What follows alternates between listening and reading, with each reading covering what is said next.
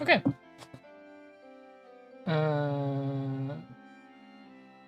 Edel Department Store. Okay.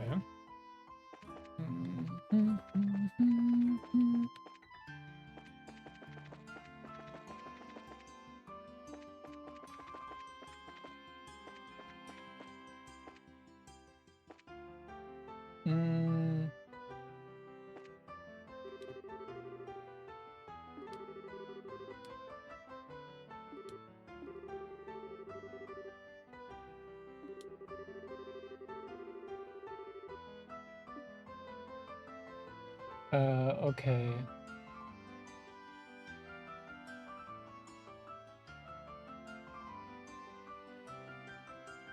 Wir müssen jetzt hier für einen NPC auf einen NPC warten.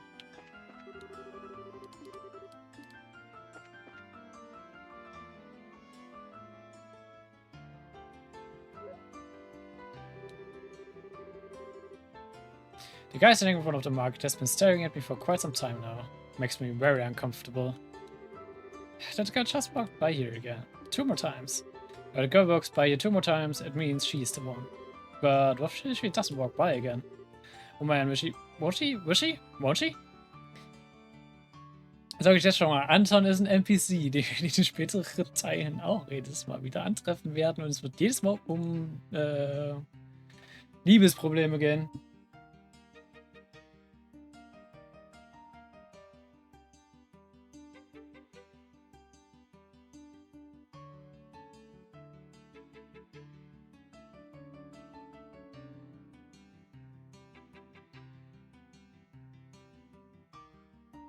Und das ist so eine obskure Sidequest. Guys can follow the market for quite some time, makes me very uncomfortable. One more time. If I see that girl one more time, I say hello to her. Okay, jetzt soll man ihr auch folgen.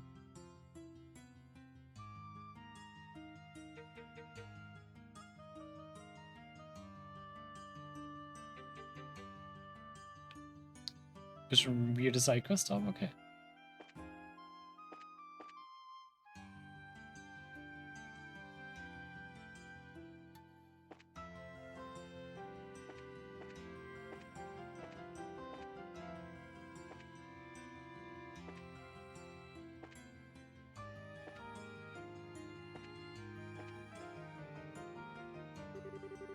The guy over there is staring at me. I can feel his eyes on me all the time. It's just so creepy. I don't want to get anywhere near him.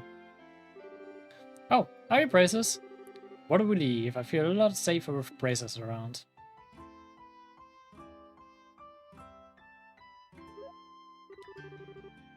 Standing around all day, ogling people. It's just rude, you know? Guess that makes 3. I've seen her 3 times now. I feel like I need to thank someone upstairs. Thank you, Carlos. Thank you too.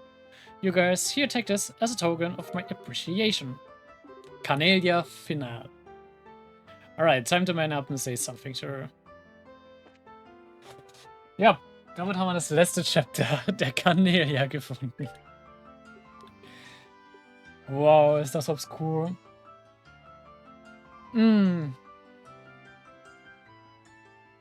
So weird, uns da ranzukommen.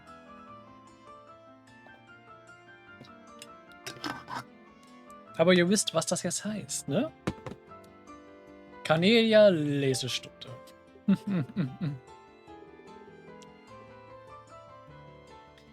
Wenn ich das gerade kurz gucke. Ja. Purchase and read all chapters of Carnelia. Und davon gibt es 11, laut dem Achievement Tracker. Let's go.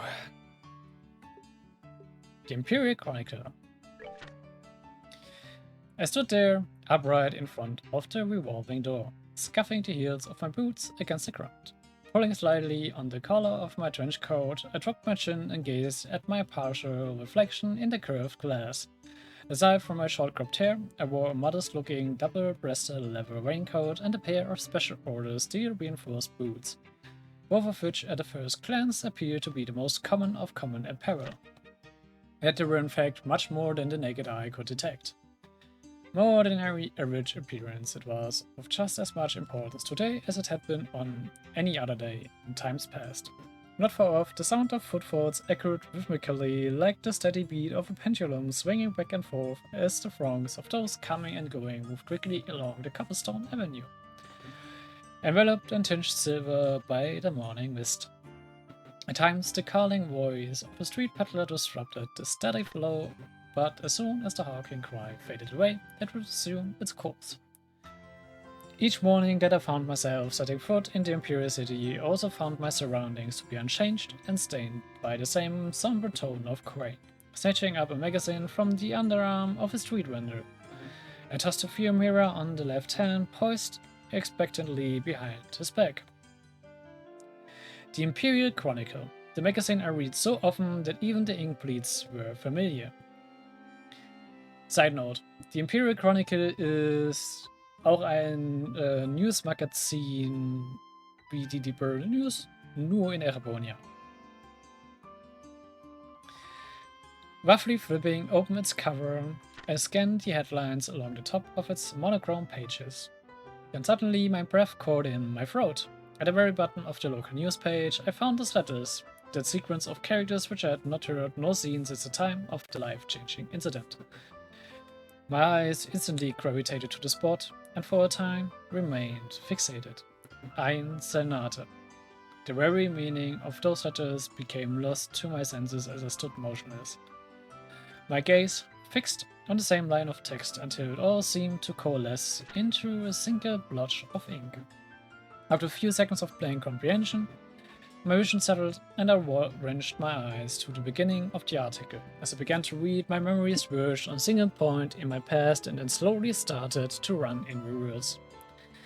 Heading for that fateful event 3 years prior when this name was first introduced to me. It was on an afternoon all those years ago, on a day not unlike this one, where the capital was overshadowed by its typical gloomy aura.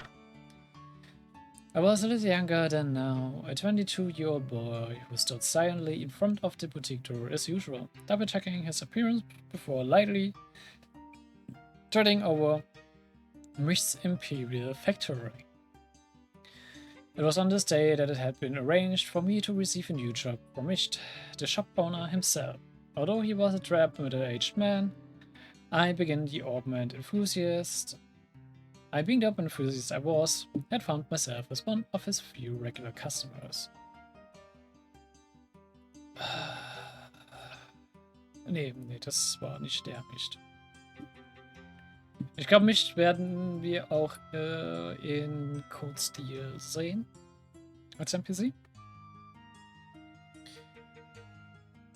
I headed down a dank alleyway, and after passing through a partially rotted wooden gate, I could see the soft glow of the flickering orbital light just outside the entrance of the factory, whose structure was halfway below street level.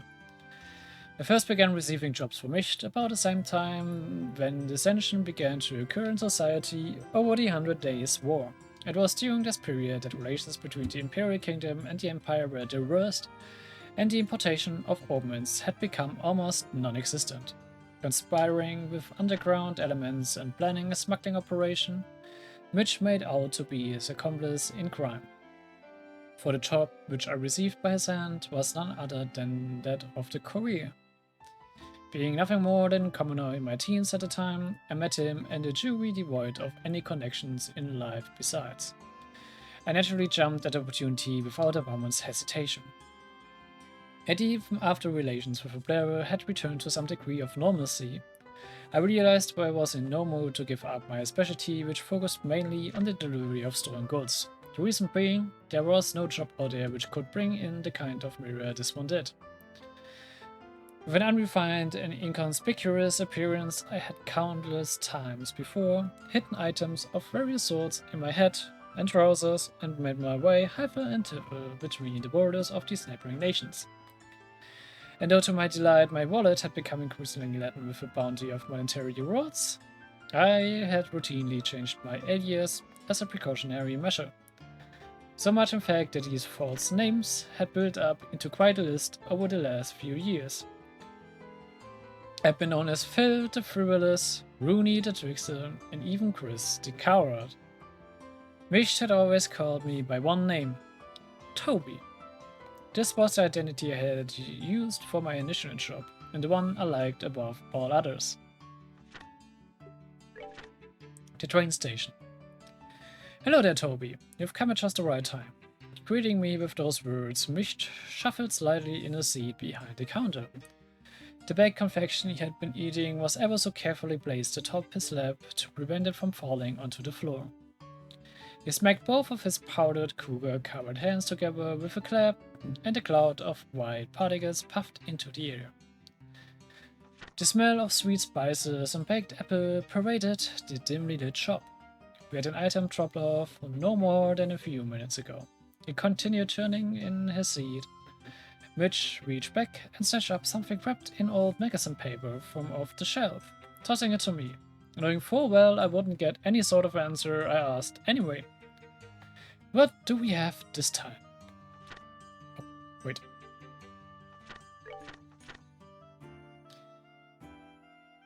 Laying out my railway and airship tickets, Mitch ignored my question and said, "Make sure this gets to the same place as always." In a slow drawl, he added, "It would be in your best interest to keep your involvement to a minimum by leaving the business side of things to me and focusing solely on getting the job done, Toby." He leaned back in his chair and let out a deep sigh, the balls of his fingers kneading the backs under his eyes. Then once again, his large hand extended down toward the unattended cake resting on his leg. Before the sweet treat could reach his watering mouth, I had already made my way out the door of his tiny shop. As I walked, the waste paper bundled package bounced around inside the folds of my bag.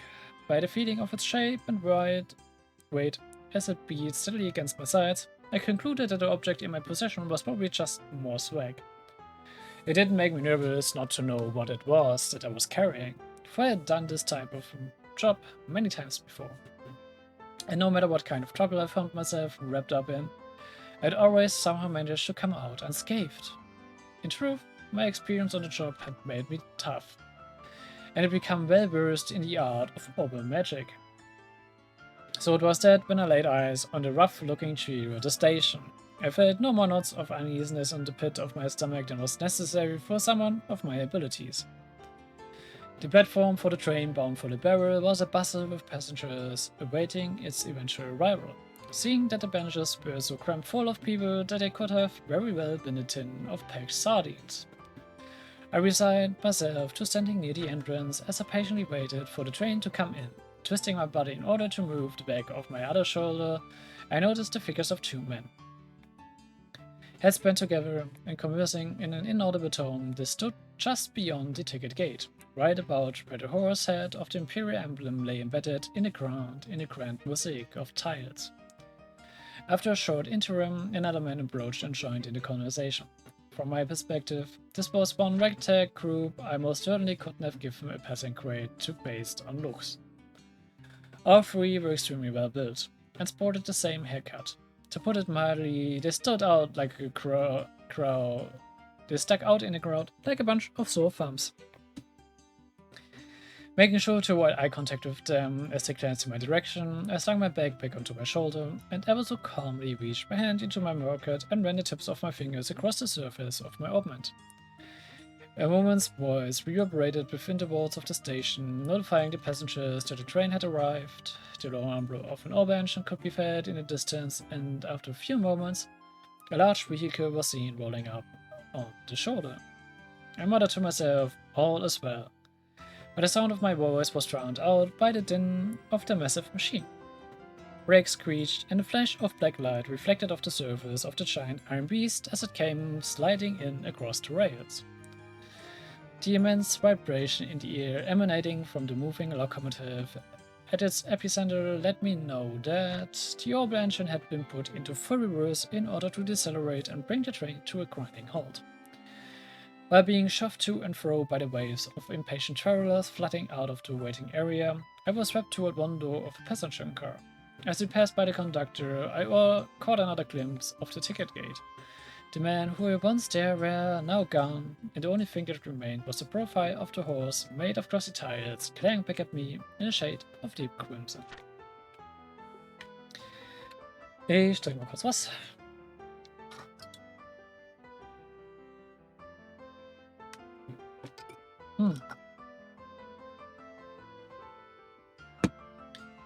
Representative of the Septian Church. The train barreled on, almost flying through the thick veil of fog. Droplets of water splattered against the window glass, extending out like transparent rains, and continued to wriggle back and forth under the pressure of the swiftly passing wind. Placing the temple of my head against the glass, I stared blankly down at the tickets in my hand and rubbed the two of them together between my fingers. I would be traveling by train to the border city, far south of its imperial cousin, and then, to reach the Liberal Kingdom, I would have to transfer to an airship. Both my tickets were first class, but not the highest end seats available. The passenger car was nearly at full capacity, but for some peculiar reason, nobody had seated themselves in the space next to mine.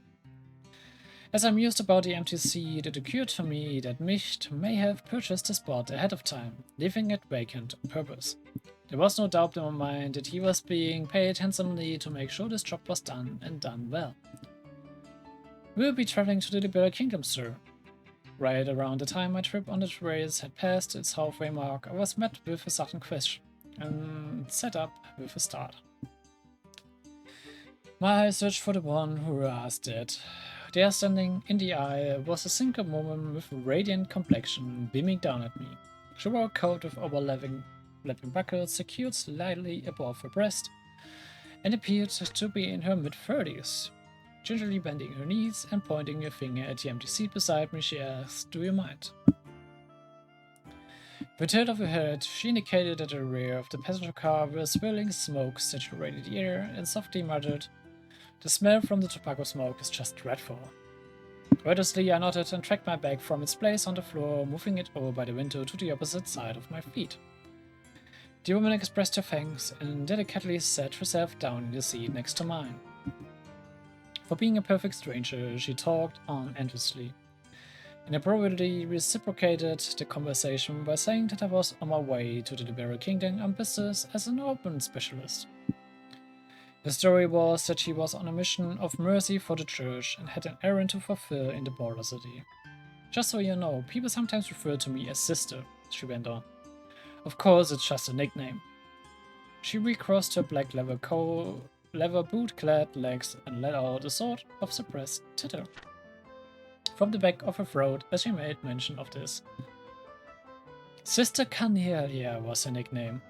We continued on this fashion, subjecting ourselves to a variety of idle banter, and as the time drew on, the sun overhead began to dip in its arc, crossing the celestial meridian and descending into the west. Each time the moving train cleared a grove of trees, the entire vehicle, passengers and cars and all, was bathed in a warm apricot hue, flooding into the cabins, creating a majestic spectacle. I gaped at the coruscating effect, and in doing so locked eyes with Sister Carnelia right at the moment. The brilliance of the sinking western light seeped into her rich brown irises, causing them to give off an exquisite pleasant sparkle. The glimpse made me wonder if the origin of her nickname was somehow related to the color of her eyes, being likened unto the luster of a polished carnelian stone. The train gradually began to decelerate, and Sister Carnelia returned to her original seat in order to collect her bags. As a matter of habit, I checked my bag and ornament and found both the junk paper-covered package and the magic device fastened into my trousers in a pocket by a series of chain stitches exactly and how I left it. A woman's voice came over the intercom system announcing the train would be arriving on schedule and that rainy weather was to be expected at our destination. At the conclusion of the announcements, a number of disappointed sighs could be heard coming from along the rows of seats. Raindrops pattered against the windows outside as the looming silhouette of the overcast city came into view. The station signal lamp emitted an angular light, which was scattered with a refractive effect by the falling droplets of water. Then came a spin-chilling metallic sound, followed by the jolt of the orbital engines reversing thrust as the locomotive at the front of the train lurched to a halt. Over the loudspeaker came another announcement, asking passengers to ensure that they did not leave their baggage behind, and with that, several people stood up and crowded into the aisle, watching a station worker in uniform as he waved a small flag amidst the falling rain. I picked up my bag and rose to my feet. I crossed paths with Sister Carnelia as I attempted to step into the aisle, but when she tried to step aside and allow me room to pass, she suddenly tripped and fell forward. Grabbing onto my shoulder for support, she picked herself up and with an embarrassed smile led me by. I gave her a short bow in line with general etiquette practices, then headed for the exit ahead of her. Following my lead, Sister Carnelia shuffled along closely behind me, so close in fact that it felt as if she would step on my heels. Something about it just didn't feel right. Instinctively sliding my right hand into my pocket, I searched for my ornament, but the brass feeling I had grown accustomed to was nowhere to be found. In an instant, I felt my arm being twisted behind my back by someone or something with incredible strength. The sleek sound of a blade being unsheathed and then wearing a brick of the tip at the back, indicating the seriousness of the situation. I have what you're looking for, Toby, whispered Sister Carnelia in an almost inaudible tone, her lips barely moving just behind my right ear. Let's not try anything either, shall we? I'd hate to see your afternoon spoiled any more than it's going to be. And to show that you meant business, Sister Carnelia slightly altered the angle of a grip on my wrist, causing an explosion of agony that sent sparks flashing behind my eyes. A devious sister, one could say. Dabei.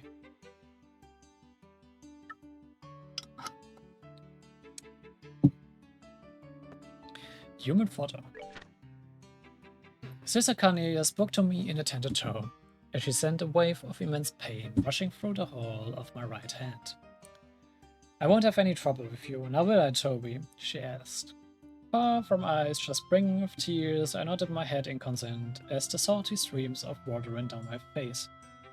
Satisfied with my answer, she loosened her grip, and I felt the pain vanish as if it had all been some sort of illusion. With a wry smile, she further added, "Don't get me wrong, Toby. I have been sent here to protect you by the goddess herself." This is what she said by instructing me to keep my eyes focused on what lay beyond the window glass. Yet there was something about the way she pronounced the last syllable of my name that really rubbed me the wrong way. Little by little, the line of passengers slowly began to flow out of the train car. Prodded on by Sister Carnelia, I inched forward while keeping my gaze on the platform through the passenger's car window. Down the stairs which led to the front ticket gate were the figures of those men from earlier this morning, the three fuck-like passengers who had been loitering near the large rose-head emblem of tile at the Imperial Station. A muffled laugh echoed from her throat as she too noticed them. Well, isn't this a warm reception party you've got going on? Cooking my head, I quietly bleated, "Give me back my ornament." Mr. Carnelia said nothing. Members of the crew bid us farewell as we stepped through the exit to disembark the train onto the lead-colored platform below. Angrily, I thought to myself, damn it, what's wrong with these fools? Can't they see what's going on? I shut my eyes halfway to protect them from the drizzle whipping against my face, and I unhurriedly descended the wet set of stairs, a half pace at a time. Sister Carnelia moved along behind me at precisely the same length of stride. Below, the group of thugs waited expectantly at the bottom of the stairs, waited for me, no doubt. Contemplating the rate at which I was going, I ultimately believed it was only a matter of time before I would be handed over to the enigmatic group. I caught sight of their soured faces as the distance between us grew smaller, and felt the heat of my left hand tightly gripping my back grow in intensity until my palm began to sweat profusely. Hitting the midway point on the stairs, Sister Carnelia suddenly whispered in my ear, "Keep your eyes on the ground, Toby." I did as I was told and cast my gaze down upon the tips of my boots, strained to a darker shade by the rainwater. Then, right at the moment I let out my breath, I felt a deep sense of pressure just below my shoulder blades, as I was forcibly shoved forward. Droplets flew from my saturated fingers, and my world turned upside down as I tumbled down the stairs and slumped back first into the group of hoodlums. With a muffled crunch, I felt a painful sensation of my ribs crumble under the weight of my body and then return to normal from the severely compressed state. Two of the seemingly military men who were hit as I toppled down the stairs, like an avalanche unleashed on a pair of young saplings, absorbed the transfer of force and were thrown into a large puddle collecting on the ground nearby. Shrieks erupted from the startled passengers nearby, more shrill than the high-pitched sound of the railway brakes from a decelerating locomotive. As my world spun wildly about me, I lay there, the chill of the tires seeping into my back. With a concerted effort, I rolled my eyes to the left where my arm remained in an outstretched state. By some act of the goddess, I had managed to keep my tight 5-finger grip on the bag I had been carrying. In an effort to get up, I slid into a prostrate position, keeping my chin in contact with the ground, making a low visual sweep of the vicinity as if my life depended on it. I noticed the military-like physiques of the men had vanished from view. The only figure I saw standing above me now on the platform was that of Sister Carnelia, and on her shoulder, as if she were merely hefting a sack of grain, was one of the men. Oops.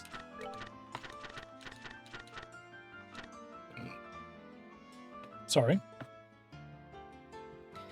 Turning into the direction where the train sat in its motionless state, we lobbed the unfortunate man down onto the set of empty rail track below.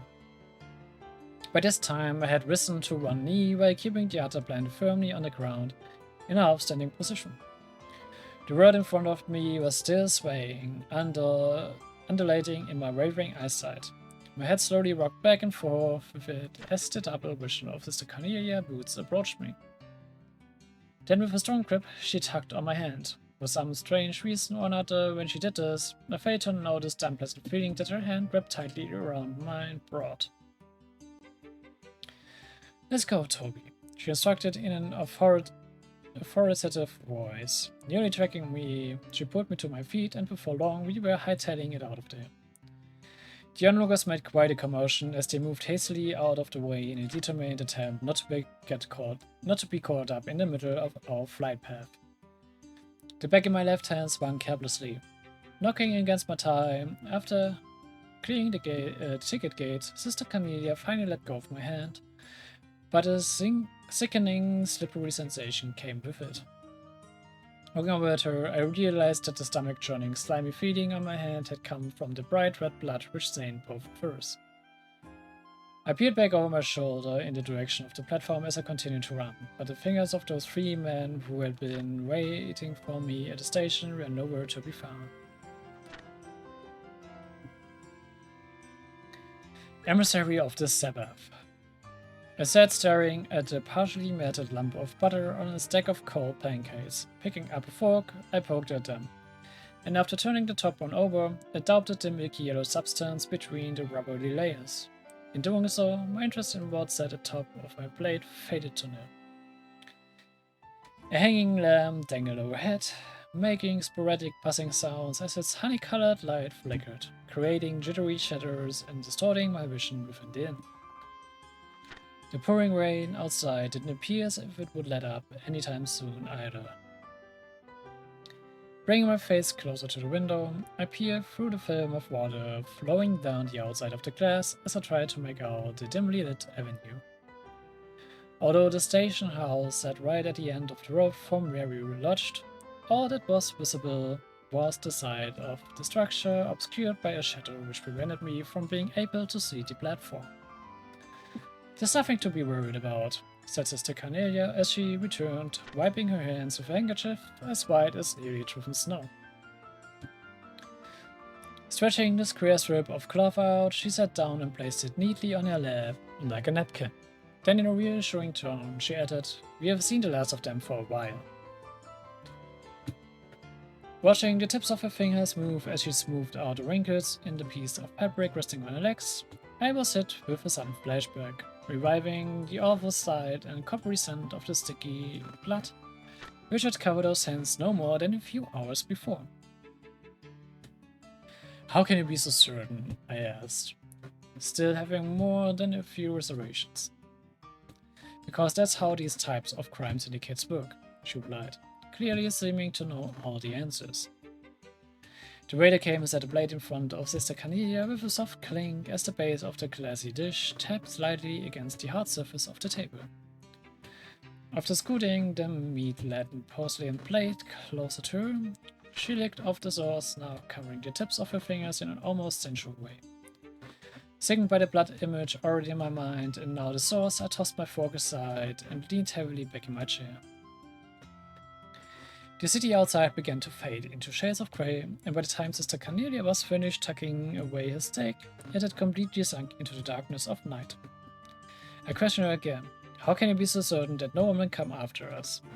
Using a piece of black crusted bread to wipe up the last drop of sauce, she answered. Because that's how they function. One unit consists of 3 people.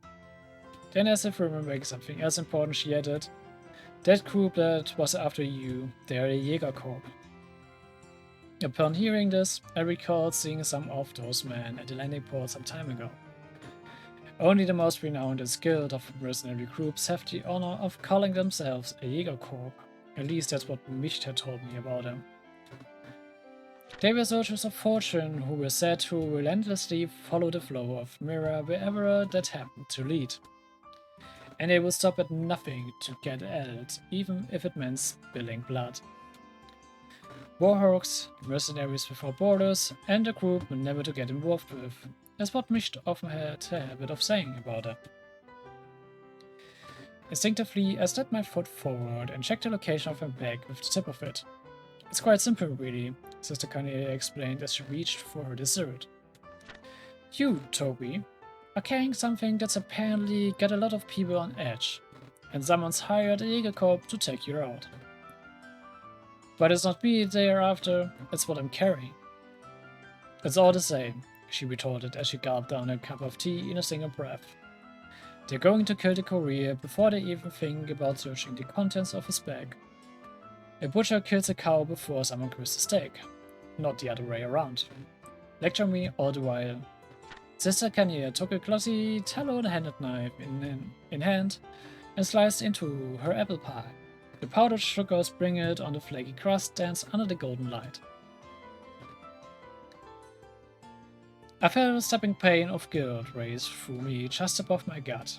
Unexpectedly, I began to think about what Micht could be doing at the moment, but my short period of rumination was cut short when I saw Sister Carnelia's hands stop cold. Going into the darkness, eyes focused and intent like hunting dogs, she tossed something shiny onto the table and eventually rose to her feet. That was my augment. Where are you going? While pausing to answer my question, Sister Carnelia expeditiously fastened the buckle of her coat. You've got good taste, Toby. One at a time, she set her heels on the chair and tightened her bootlaces. Using the full capabilities of that augment is no small feat. I think even most bracers would be in for a real surprise if push came to shove with you in the ring. Growing ever more impatient, I ask again. So where is it exactly that you're going? That's none of your concern, came the answer. Suffice it to say, I will be seeing you again in the morrow. And with that, Sister Kanal disappeared through the door of the woman's restaurant. As if exchanging places, 2 other men entered the restaurant. They walked directly to the table at which I sat and stood before me. Flashing gambling on his chest and without making any sort of eye contact, one of the men said, "We have the Bracer Guild. I apologize for disturbing you in the middle of your evening meal, but you will need to come with us." Gott, ich bin noch nicht mal halbwegs durch das ganze Ding.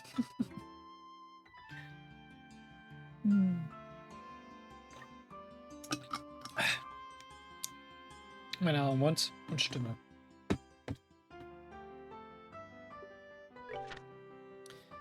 ascertaining the inner workings. My orbment, empty bag, and package wrapped in old magazine paper were laid out neatly on the table in front of me. The bracer sitting opposite me gazed alternately at my face and the items on the table as if trying to gauge my reaction to them. Constantly rubbing his chin between his fingers, it appeared to me as though he were making an effort to display his right hand snugly within the leather gauntlet. I had been led to the second floor of the lodge by the two men, and then, after they had painstakingly checked the layout of the floor, I was taken to the farthest room from the stairs. It occurred to me that the reason for the use of this makeshift space was due to there being no guild branch nearby. The first man to sit in front of me was the lanky one. He told me his name, but I soon forgot which one was Clayton and which one was Pavel. About the time I had finished being frisked, the bracer wearing the gauntlets, Clayton or Pavel, whoever it was, returned and whispered something in his partner's ears. It seemed as though they were trying to locate Sister Carnelia, but having no luck. After much probing on the subject of her and the Jäger Corps, and after relating everything I had heard from her on the train, I turned the conversation around and playing the role of the victim, I inquired into her past history. Though strictly speaking, I guess I was in fact a victim.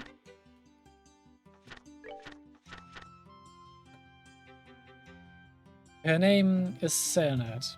I'm Selnet. Read aloud the lanky bracer from a pocketbook here just below eye level. Originally a consequent member of a Jäger Corps, her present affiliation activities are unknown. In short, and this is pompously, she is not the type of person any upstanding citizen should be getting involved with. He reached out his gauntlet-clad hand and picked up the object bundled in scrap paper, checking my reaction all the way and wrapped the paper, laying it out flat in the center of the table.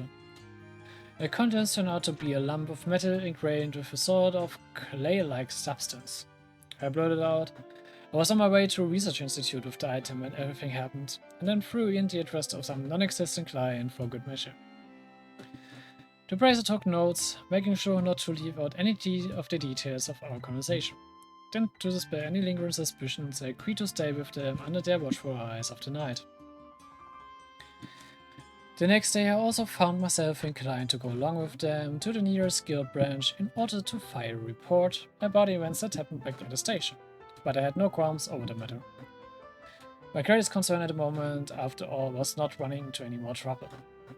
I awoke as the sun came up over the horizon and day broke. With the advent of a peaceful morning, I sat up in the bed and breathed a sigh of relief. The bracers who had stood guard the previous night were no longer present in the room, but the sound of their voices could be heard echoing out in the hallway beyond the closed door. Slipping my arms through the sleeve of my jacket, I felt a sharp pain in my right elbow, which brought back vivid memories of the woman from the day before. Suddenly, a feeling of uneasiness came over me, and still half undressed, I began adjusting my orbment. After opening its back cover, I used a thin piece of tan doe skin and started plugging out the quartz installed in each slot. It didn't take but 5 minutes to reinsert them each into different slots and rearrange their configuration with a set of light magic as my base. One by one, I replaced each screw until finally the metallic panel was back in place. And there's a feeling of calmness set in. I rolled back over in bed.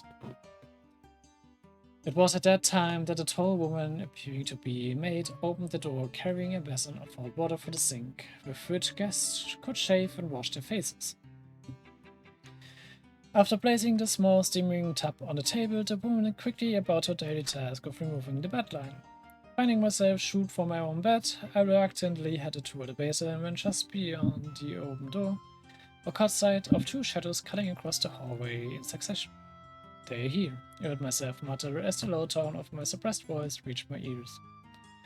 With only a bar of soap in hand, I remained unbelievably calm as I quickly shut and bolted the door. Then, pondering my next move, I stood still with my back pressed up against the wall. On the other side of the hardened clay wall, the brief glamour of fighting ensued. Fumbling with a chain attached to my hip pocket, I grabbed hold of the ornament I had adjusted just barely moments before. It was two braces versus the two other I had seen moments ago. Throwing myself into mix with the two men from the guild would definitely put us at an advantage from a numbers standpoint. However, when I turned again to face the door, the voice of self-doubt came percolating through my closed lips in the form of a distant mutter. There were only two of them, I murmured to myself. If Sister Carnelia's words were to be believed, the one unit consists of 3 people, not 2.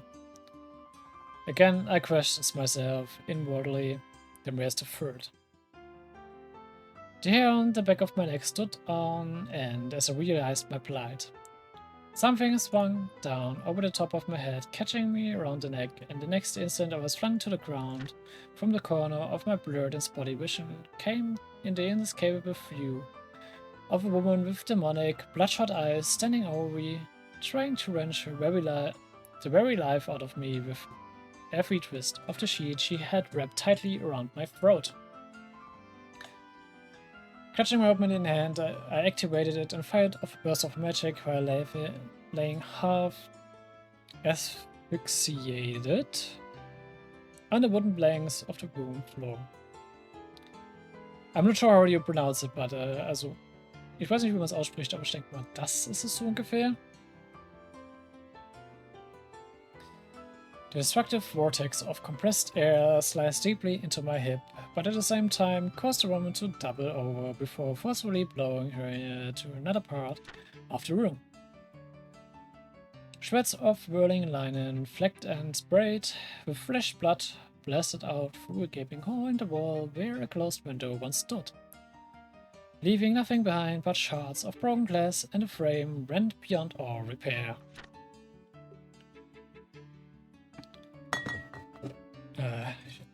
Ich merke, wie es langsam anfängt, in meinem Hals zu kratzen.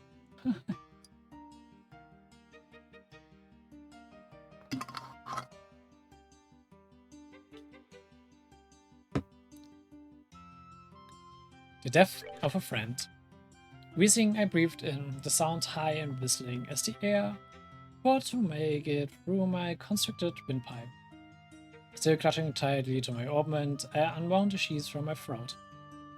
Utterly exhausted, I tilted my head on its side and watched with reddened eyes as a small stream of saliva dribbled down over the edge of my mouth and pooled onto the floor.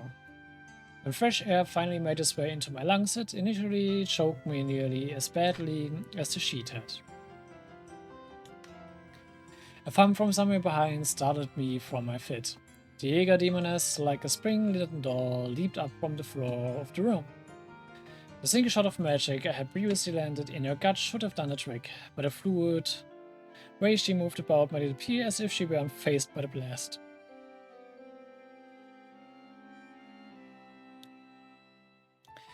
Within arm's reach of where I had subconsciously curled myself came the splintering sound of unseasoned wood being hewn down by a giant woodcutter's axe. In the following instant, Sister Carnelia came flying through a newly opened hole in the timber door. Her entry punctuated by a cloud of splinters, her arms as pliant as whips. She passed by the female Jäger as a lightning-quick motion, and with a turning sword, clocked her opponent full tilt in the face. The woman spun with the force of the blow and fell with a tumultuous thud, her head cracking hard against the floor. Like a prima ballerina, Sister Carnelia raised her knee high until she had it tucked securely up against his sternum. She stared down at the outstretched figure on the floor. Yep, it is a lot of reading. I'm also reading it out because the story in this book is actually referring to characters we will be meeting later throughout the series. And so it's kind of just part of the lore that I kind of want to show, or part of Kiseki lore here.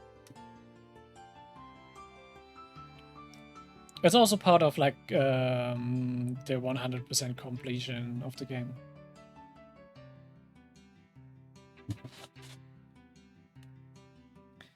Muscles flexed, and without an ounce of mercy, Sister Carnelia let her judgment fall with the heel of her boot, stomping down and crushing the wretched woman's throat. As I witnessed the grotesque and unsightly scene, Sister Carnelia gave a quick glance in my direction and beckoned me on. Then with a nimble hop into the unknown before her, she cleared the broken window frame and lighted to the ground below. Quickly scraping my belongings together, I made after her in the same manner as she had left, out the window with a two-story drop to the cobblestone side road below. Waiting close by and helping to break my less than elegant fall, Sister Carnelia led me on as we took flight along the avenue, brightly lit by the morning sun. A deepening blare from an orbital entrance whistle indicated that the first train was about to depart. Sister Carnelia immediately pulled a ticket from out of her coat pocket and held it out to me from the side. Reaching for the fluttering strip of paper between her fingers, I realized that I was still carrying the bar of soap from before, so I chucked it, not caring where it landed or who it might hit. Aboard the train, the smoky haze from the incessant smoking of the nattering gentleman had permeated into every nook and cranny of the passenger car. There was also the smell of newly printed publications and the occasional sound of someone clearing their throat. It felt rather awkward to have boarded a train bound for the Imperial City with a bag still in hand. "Do you know what your problem is, Toby?" Sister Carnelia remarked. "You're just like that ointment of yours." Using a white handkerchief, she stanched the flow of blood from her leg, which had been lacerated by the spinning arrow blades of the magic. Once you get yourself into trouble, you keep digging yourself in deeper until someone comes along with a billy club and whacks some good sense into you. Placing a folded magazine on my lap, she tapped on it with the nail tip of her index finger, indicating that I should read what was inside. It was a copy of the Imperial Chronicle, which had been published just that morning. A several-lined article buried pages behind more titillating news. Told of the suspicious death of one orbital factory owner somewhere within the capital. This was the first time I'd ever become aware of Misht's weird age. Sister Cornelia continued her lecture as she mercilessly upbraided me for my reckless behavior. Okay, ich dachte, Misht sieht man später, aber es kann sein, dass man ihn nur namentlich nochmal hört. Ich hab's nicht mehr ganz im Kopf, aber ja. "You missed being caught up in all of this by a hair's breadth," she informed me coolly. At a loss for words over the shock of Mish's death, I put the magazine away in my trenchcoat pocket. "Another 5 minutes in that shop and you would have gone to meet your maker too." I shook my head and with trembling lips let my thoughts fumble out of my mouth. "I just don't get it. Why did Misht have to die?" Images of Misht, cold body behind the counter, alternated in my mind with that of the lump of metal wrapped in scrap paper. Just what the hell had I been carrying all this time, and why did anyone have to die over it? I pondered at length. Sister Cornelia met my eyes and held them. "Because it's an artifact," she said simply. "An artifact?" I scoffed as I blew off her answer. It's not like I haven't carried a bunch of them before. Artifacts, in short, were the remaining legacy of an ancient civilization, and a generic term for an unidentifiable mechanism which resembled that of an ornament. I'd spent my days as a courier smuggling any number of those items under the false pretense that the goods I was carrying were nothing more than rare antiques, and readily placed them in the hands of those aristocrats, amongst whom they were especially in vogue. And for the most part, my current position appeared as though it belonged in the same group as the others. Personally, I could find not a value in the collecting of these artifacts besides the indulgence of oneself in a decadent hobby.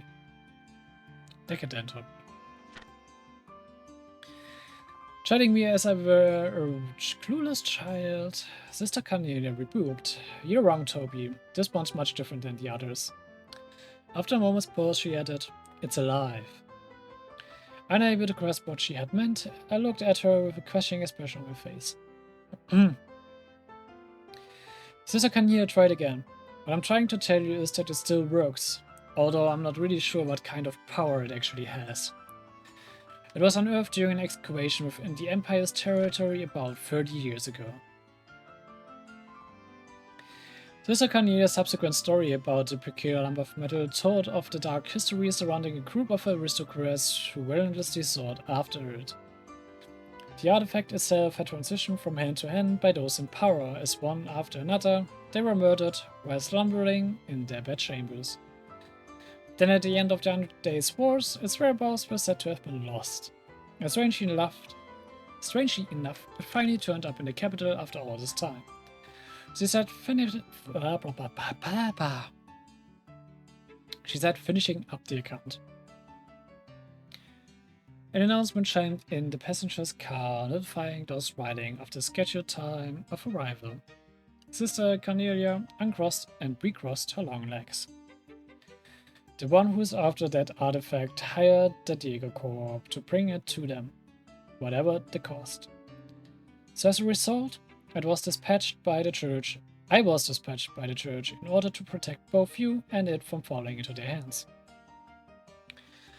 I sat staring down at the bag resting next to my feet as we approached our destination, and the moving train quietly began to lose speed. 4 more chapters to go.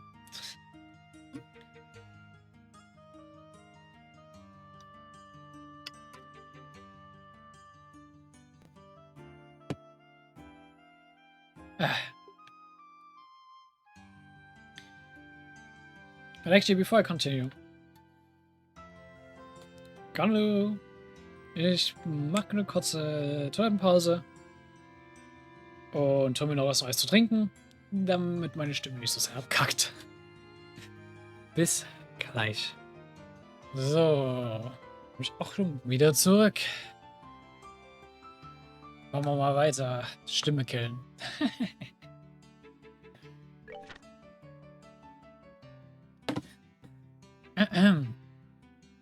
English, huh?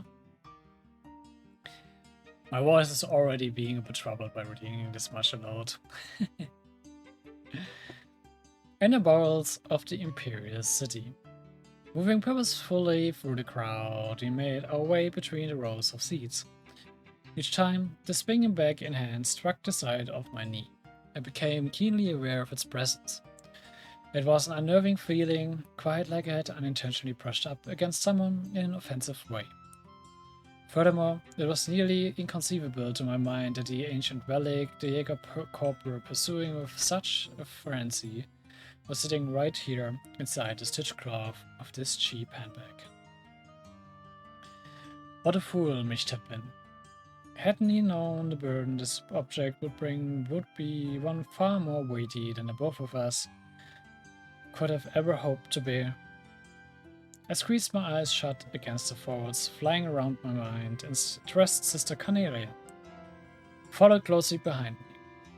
We'll be making a break for the cathedral once we get off. Yes, that was the plan, she answered, scanning the scene outside the window of the passenger car. I think that's the only option we've got if you want to make it through this day alive. The station where the train was set to arrive was unremittingly crowded with countless rows of passengers. And as usual, the sky was slightly overcast. Everyone outside on the platform stood shivering in silence with their collars drawn up their ears, huddling close to one another for warmth, like a flock of waterfowl out on the tidelands in midwinter. Don't worry, I won't be tossing you down the flight of stairs this time, Toby, just said Sister Carnelia. Although, if there were 2 more of you at my disposal, I might have decided otherwise, she added. Evidently, the numbers in our welcome party this time had seen a rather dramatic increase. The odds don't appear to be in our favor, she said in a low voice, a warm breath tickling the lobe of my ear. We won't be able to leave through the ticket gate. As soon as we stepped off the train, we stealthily moved to the opposite end of the platform, and after sneaking out a large door for only authorized station personnel, we jumped down onto a path of railroad ties and steel rails below. The biting cold window of the capital swept freely across the unobstructed railroad tracks, causing me to shudder as it ruffled our coats with its chilly touch. Slipping between the couplers of a pair of freight cars, we moved cautiously along their edge, sticking close to the shadows. Over on the cargo platform, workers were busy unloading containers for someone who had his mind set on becoming a dealer of pilfered goods. Gaining illicit entry into the station house would be one of the first of all basics. Showing my ticket, I spoke politely to one of the workers. Then, with a scenario picked out in my head, I sold it to him as I played the part of a manager here in business with a celebrity of notable repute. Right before our conversation, and true Sister Carnelia would did her best to show the man a glamorous smile and feminine pose. I had possibly gone a bit overboard when I stated that she was an opera singer, because the way that she carried herself made her look more akin to a low-wage cell song in a bar of drunkards. In spite of it all, the worker graciously let us through. "You're so good at this, it's almost scary, Toby," Sister Carnelia said as we raced through the station's warehouse sector. "You should seriously consider doing another job," she went on. "I bet you're going to tell me to join the Bracer Guild, right? Come on, those guys would turn me down in a heartbeat," I said as I laughed off the thought. Then, throwing the idea back in her court, I asked, "So how about yourself? Why don't you join the Bracer Guild?" Reaching the end of the warehouse sector, we came to a stop in front of a large chain-linked fence. Sister Carnelia crouched down and, by sliding a drainage cover to the side, laughed at my previous question if it were insane. "Are you kidding?" she asked. They had gun me down the second I set foot into one of their branches.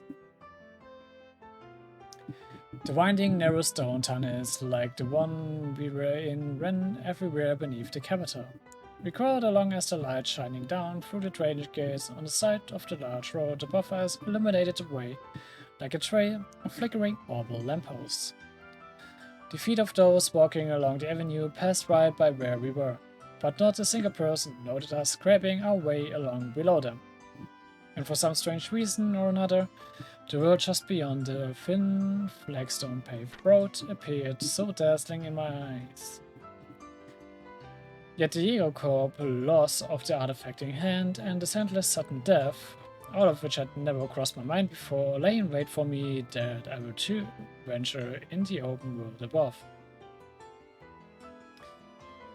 As we pressed on, I began to think that the small tunnel which we were clawing through would run on forever, and finally it merged with a high-ceilinged sewer surrounded by walls of countless blocks of chiseled stone.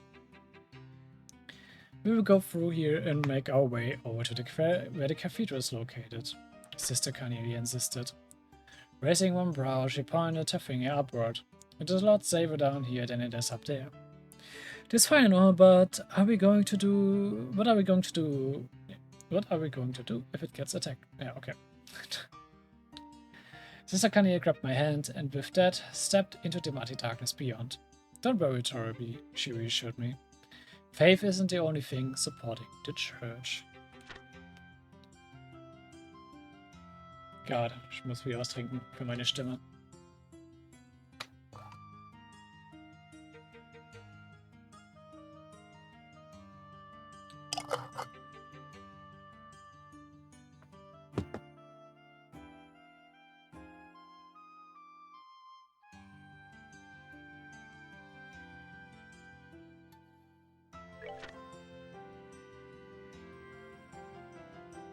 Carnelia.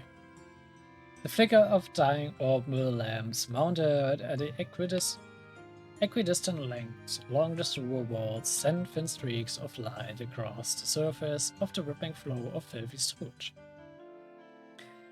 Passing in front of those one by one, Sister Carnelia sped down the stone sidewalk as the sound of her body cutting through the racing tunnels winds trailed out behind her. Panting and out of breath, I continued to move my feet toward the darkness, which lay before me as I chased after Sister Carnelia's flickering shadow. Wayward, yet without a moment of repose, we headed unrelentingly with our sights set on the cathedral of the Septian Church. We moved swiftly across the moss-covered stone pavement, the clacking of our heels echoing in the dimly lit underground. Above ground, the walking distance on the city roads from the railway station to the cathedral was about 3 blocks. If we made our way up through the drainage ditch just beyond the sluice gate, we would find ourselves in the public square outside the massive sanctuary. Up ahead, the light of another orbital lamp came into view. Turning her head in my direction, and without a word, Sister Carnelia extended her right hand outward in a wide motion, indicating that we would be turning that way at the next corner. Then, as if preparing for something, she rolled both shoulders in a grunting motion and released the last of her tensions with a pop of the neck. It seems to me as though she knew all too well what was lurking within the tenebrous conduit ahead. Under the unsteady and sporadic coruscation of light, the body of Sister Carnelia surged around the corner and disappeared from view. 1, 2, 3 went developing echoes, followed by the sound of something being rolled into the tiny channel of healthy sludge. As I turned the corner, the first thing which leapt into my sight were the contorted figures of 2 men on the ground whom I barely missed treading on. Sister Carnelia, who was by this time several steps ahead, continued to run at her usual pace, as if nothing had happened during the preceding seconds.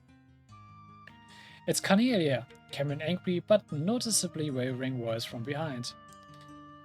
I glanced to my rear to locate its source, and there I found the man who had dragged himself from the fecal-filled liquid, now lying next to his dead comrades, yelling with his dying breath as blood leaked out of his opened mouth. "Carnelia, she's down here," he managed to croak before falling silent and still. Sister Carnelia paid no attention nor made any effort to look back. I turned my face forward and followed her example. The walls of the conduit leading directly to the sluice gates cleared out into an ominous mouth of darkness, seemingly waiting for its next unsuspecting meal. Sister Carnelia gradually slowed her pace to match mine as I had by this time become completely exhausted and out of breath. It looks like these guys are that serious about getting their hands on that item this time, she said as she focused her eyes on the darkness before us. "So were those men old friends of yours or something?" I inquired. Sister Carnelia turned to face me with her dark and scarlet eyes. "Is what you heard from those braces the other day?" Is that what you heard from the braces the other day?" she asked. I nodded my head and questioned her no further. With head slightly turned down, I forced myself onward, eyes fixed on tips of my boots. Unexpectedly, Sister Carnelia opened her mouth and said, "Do you remember that woman you had a run-in with back at the inn?" I nodded slightly. "The whole reason I gave up my life as a mercenary is because I didn't want to meet a tragic end like that," she continued. "A life of no meaning, forgotten by all." I looked up at Sister Carnelia and, seeing a slight show of emotion on the side of her face, heard her repeat the same line of words a few times more before finishing her thought. "If I'm going to cash in my life's chips, then I think it's best that I fight for something worth fighting for. At least that way, I'd be able to leave a legacy of my existence behind." Taking in her words, I ran steadily beside her as I felt a sense of nondescript apprehension slowly begin to creep over me. During the short intervals between breaths, it suddenly seemed as if I were hearing the faint sound of sloshing water from behind, which caused me to prick up my ears and turn my head into its direction. "So you noticed it too, huh, Toby?" Sister Carnelia slowed her step until finally coming to a complete stop. "They've blockaded us from behind, so there's no turning back now," she said, the direness of the situation heavy in her voice. We had arrived at an intersection near the conduit we were in and another crossed paths, and just beyond the wide, filtered the flow of sewage water below before us, I could see the dimly lit sluice gate. I placed my back against the damp bricks of the nearest wall and for a moment tried to catch my breath. They are probably lying in wait for us. Sister Carnelia assessed stolidly after glaring across the flowing sewage of the merged channels and then turning her head to the rear and narrowing her eyes again. And unfortunately, this time you won't be able to circumvent them. With a sound of composure revealing her utmost resolve, Sister Carnelia took in a few deep breaths. I laid a hand on my ointment, gripping it in the palm of my sweaty hand, and then wrapped the strap of my bag securely around my opposite wrist. And as always, Sister Carnelia checked her boots before standing upright. Then taking a few steps back and holding my breath, I raced forward and darted into the Stygian flow of waste.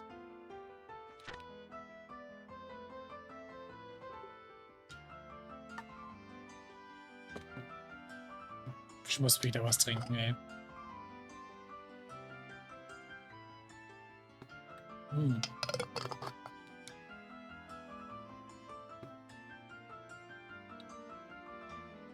Wow. Ich schaff's mir auch nebenbei noch an der Flasche weh zu tun. Sehr nice. The last step. Sister Carnelia made such a haste as she aimed for the path on the opposite side of the sludge-filled channel that I could have sworn she was actually running on the liquid surface.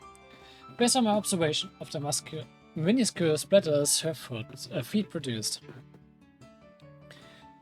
And of course she passed me by in the blink of an eye, the space growing wider and wider between us as I continued to trudge my way through the filthy muck.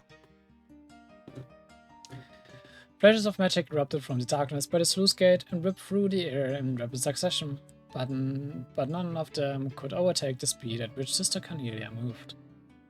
In an unyielding offensive by the shadowed aggressors, the settled feculence in the depths of the channel was thrown up in the form of a powerful tsunami. And in the instant before clearing myself from its destructive path, I feared that the terrible wall of sedimented filth would crush me under its weight and bring me to an unsightly end. With a mid-air spin to avoid the last of the oncoming magic, Sister Carnelia flew to the opposite side of the channel with incredible speed, hurdling the wall of piled-up sandbags behind which the attackers took cover. She whirled her arms in a ferocious onslaught.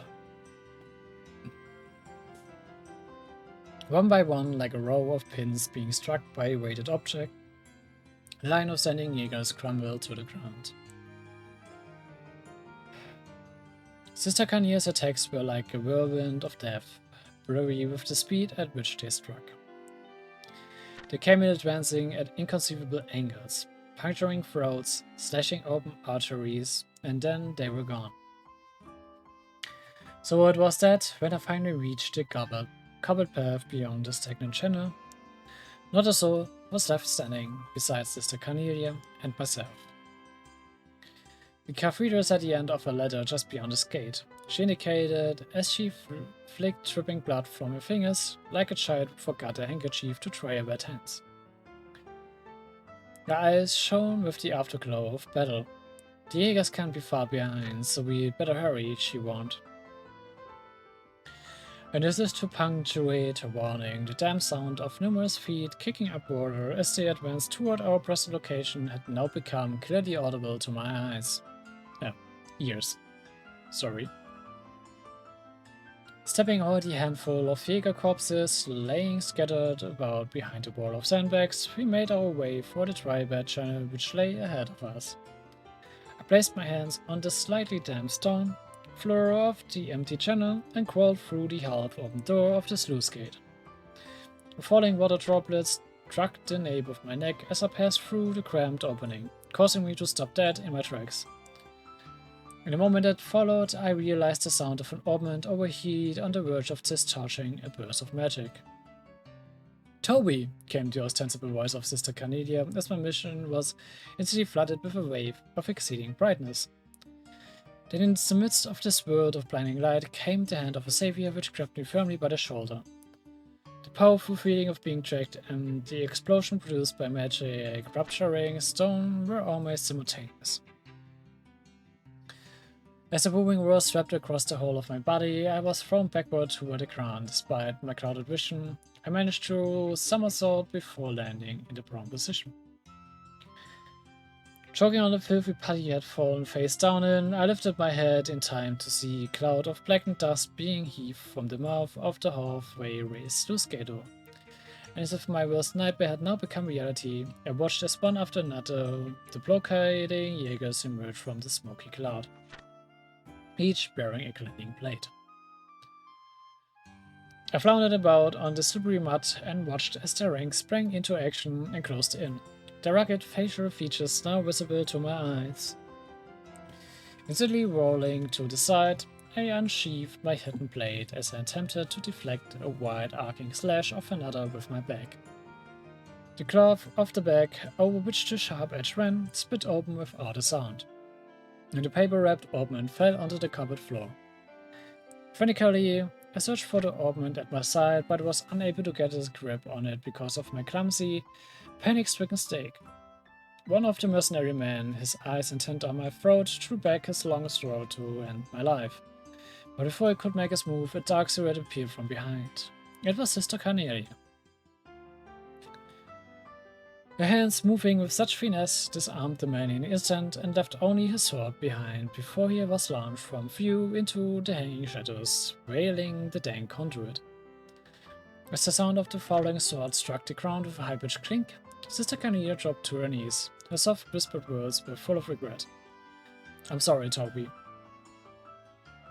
With head bowed forward, I watched in disbelief as several streaks of blood began to run down the side of her face. "It looks like the goddess may be calling you home too," she said gently. Once again, Sister Carnelia rose to her feet, her coat hanging in tatters, eyeing her outer garment's wrecked state. I knew for certain that it had been caused by the previous blast of magic. In order to protect me from harm, Sister Carnelia had willingly used her body as a shield to absorb the brunt of the force, and now a stain of effervescing crimson blood had begun to seep through the cloth covering her breasts. I swiped up the artifact, which had tumbled to the ground from the hole in my severed back, and tore away the wet paper which covered its surface. Then, with the cold lump of metal in hand, I placed it atop my ornament as I gripped them both tightly together. The sound of footfall from the Jaeger Corps had by now subsided.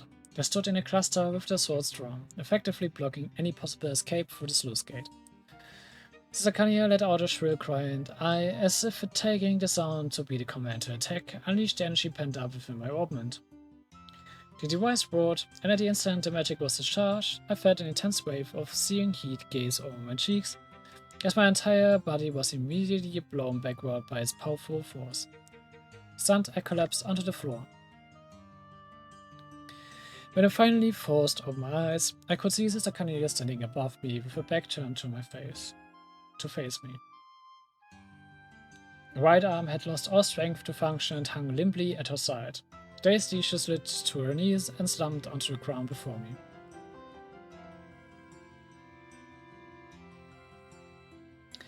I pulled Sister Carnelia close to myself, and hugging her tightly, blasted the pack of assailing mercenaries with an instantaneous wave of magic. By then, it was all over, my last stand ending as soon as it had begun. Countless razor-sharp sword tips stared down at us from all sides. Convinced that I had finally reached my life's terminus, I raised my right hand, and by placing a false hope in my ornament that it could somehow protect us, I activated it. The last of its energy being consumed as it was drained to empty. Whirling arrow blades spun around us as I closed my eyes and accepted my fate. And behind my darkened eyelids, an endless realm of whiteness began to spread out before me.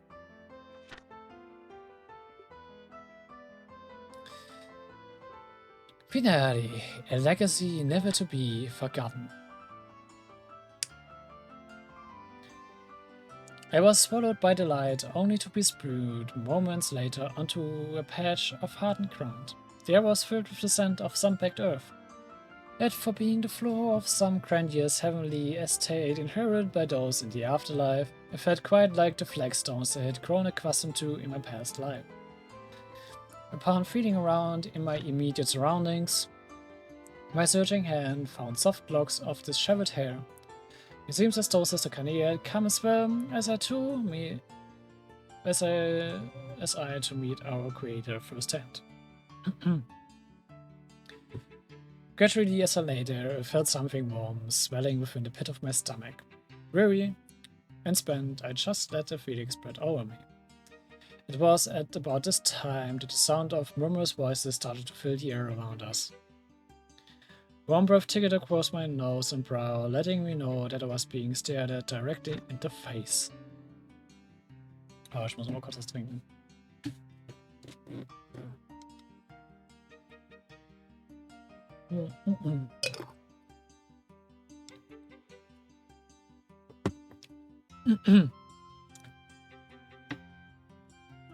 As my eyes adjusted to the intensity of the light, I realized that I was looking into the face of a young girl who beamed back at me brightly with the widest of smiles.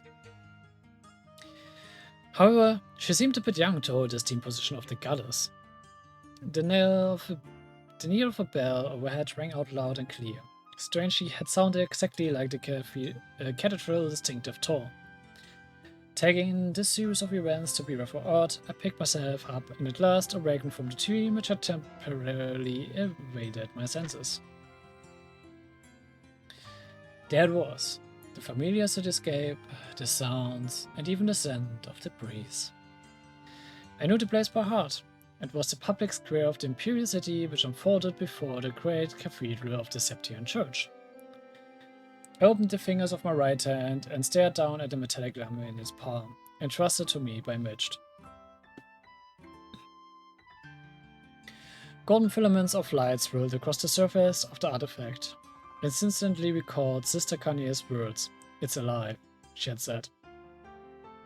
And as I watched the ancient light gradually fade away before closing my hand around its surface once more, I believed it.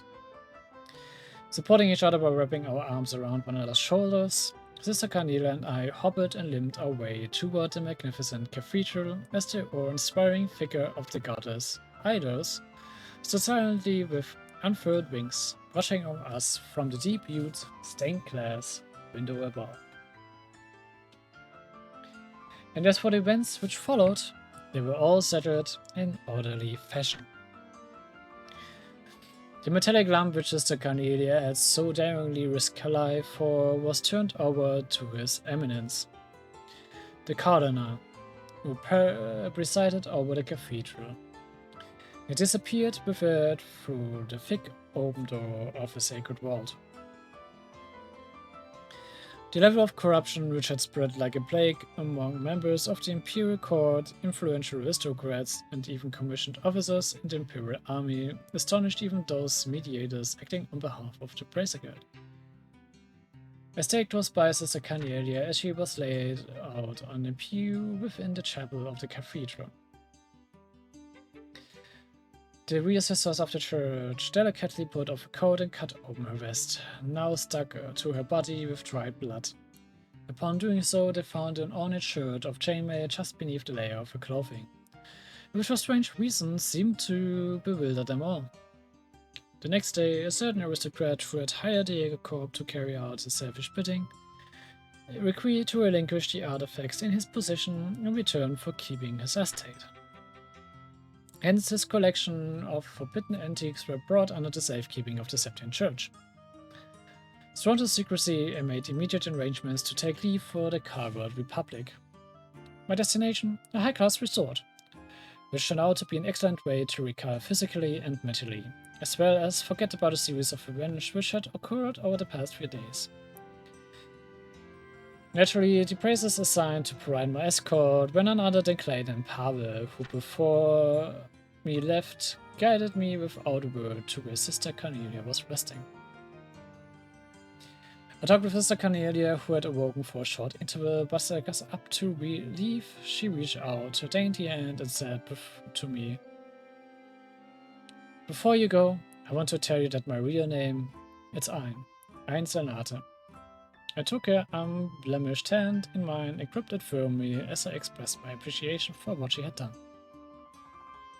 And today, now 3 years later, I stood staring at the name once again, but this time painted on the page of the Imperial Chronicle.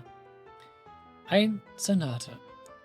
Below those printed characters went a few lines of an embellished article. Yesterday, a corpse was discovered in an urban area of the capital just before dawn. The body was found to be covered with multiple stab wounds. The departed in life had been involved in charitable work and brought salvation to many afflicted souls in various regions throughout the land. As I read the last line, I envisioned the deceased figure of Sister Carnelia lying motionless upon a darkened street. Yet despite the bloodstained face I envisioned in my mind, I saw her as she rested in peace, a gentle smile crossing her face, and vindicated of any transgression in life. As I rolled up the copy of the magazine in hand, I brushed my hand lightly across the shining bracer emblem pinned on my chest. Almost 2 years had passed since I converted to my new line of work, which Sister Candelia had so graciously recommended to me, and finally I had even become used to using my real name. Toby came the whispers of Sister Candelia as it resurrected my ears. Now only known as Toby, I pressed my forehead up against the cold, clouded window of the passenger car. The refulgent eyes of Sister Carnelia shining brightly like a carnelian stone, forever ingrained in my memory. In my mind's eye, I watched as her coat sleeve strayed out behind her, and she dashed away into the darkness of my memories. Opening my eyes, I gazed out through the window glass, and there I saw the bleeding, rouge-colored illumination of the Imperial City, as it faded away beneath the heavy white fog. The end. Ja. Warum habe ich mir jetzt die Mühe gemacht, das alles zu lesen? Die Story ist in der Welt so passiert. Oder fast so komplett in der Welt passiert. Und es könnte potenziell sein, dass wir vielleicht früher oder später die Charaktere, die hier benannt wurden, antreffen werden. Und oh Gott, war das so viel zu lesen. Das war, glaube ich, fast 1,5 Stunden, die wir gelesen haben. Aber gut. Damit hätten wir das. Meine arme Stimme.